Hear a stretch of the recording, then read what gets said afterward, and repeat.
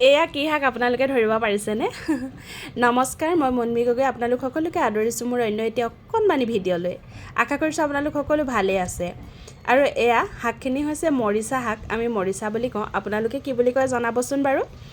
আৰু শাকখিনি মানে তেল দি ভজা নাই দেই, এনেই গাপত দিয়া বুলি কয়, মানে ভাপত দিছোঁ আৰু শাকখিনি ধুনীয়াকৈ ধুই কেৰাহীখনতে এনেকৈ দি অকণমান নিমখ দি পেলাই ঢাকি থৈ দিম আৰু তেনেকৈ সিজিব।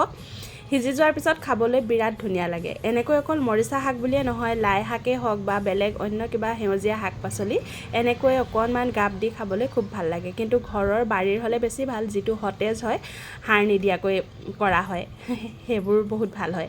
আৰু ৰাতিপুৱাৰ ভাতকেইটা বাঢ়িবলৈ লৈছোঁ। আজি ৰাতিপুৱাৰ ভাতকেইটাতনো কি আছে তাকে বোলো আপোনালোকক দেখুৱাওঁ। দালি, তাৰপিছত ভেন্দি আৰু আলুৰ ভাজি, আৰু লগতে মৰিচা শাক, আৰু লগতে আছিলে অকণমান কচুৰ শাক।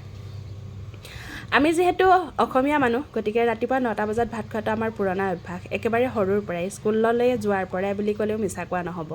গতিকে সেই অভ্যাসটো এতিয়ালৈকে এৰিব পৰা নাই দেই। আজিৰ ভাত সাজ বাৰু আপোনালোকৰ কেনেকুৱা লাগিলে? কেতিয়াবা বাৰু এনেকৈ আপোনালোকে আপোনালোকৰ আপোনজনলৈ ভাত সাজ সজাই পাইছেনে? সঁচাকৈয়ে কোনোবা ভাল লগা মানুহজনক এনেকৈ সজাই দি বৰ ভাল লাগে ন?